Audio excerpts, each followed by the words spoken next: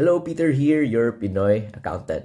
So in this video, we will talk about kung paano nyo ba i-fill out yung BIR inventory list ninyo.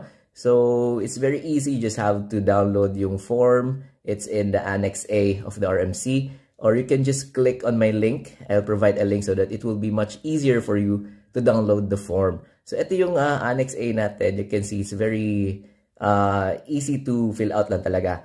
You just need to read. First of all, you need to read the contents, all the contents of the form so that you will be familiarized kasi mamaya sa pag-fill out, you will need the inventory code. So nakalagay doon yun sa notes.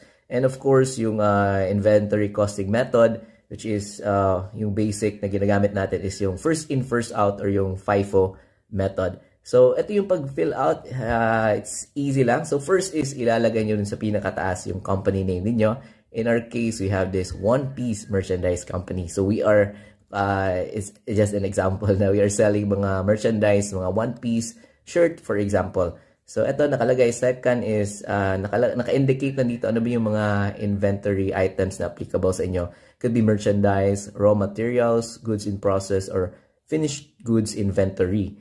So in our case, if you are selling dun sa Lazada or Shopee, definitely you are having itong merchandise inventory.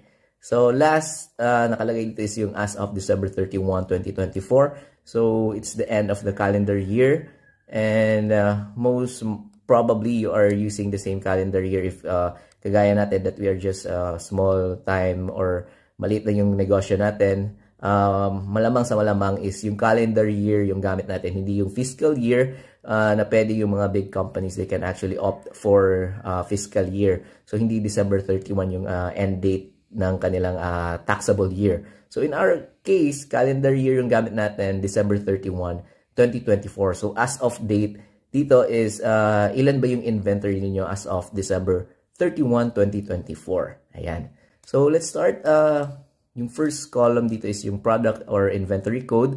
So if usually kasi if small business hindi naman naglalagay ng inventory code or product code unless you are heavily madami kayong inventory talaga, which is you will need, especially if you're using accounting software, yon may mga inventory code talaga na kailangan gamitin. But in our case or in your case, if wala naman kayong inventory code na nilalagay sa inyong mga items, you can just put there NA or not applicable. So next is yung item description. So ano yung binibenta natin, di ba? So in our case, ito yung sample natin, di ba? Luffy versus Goku shirt. Ayan.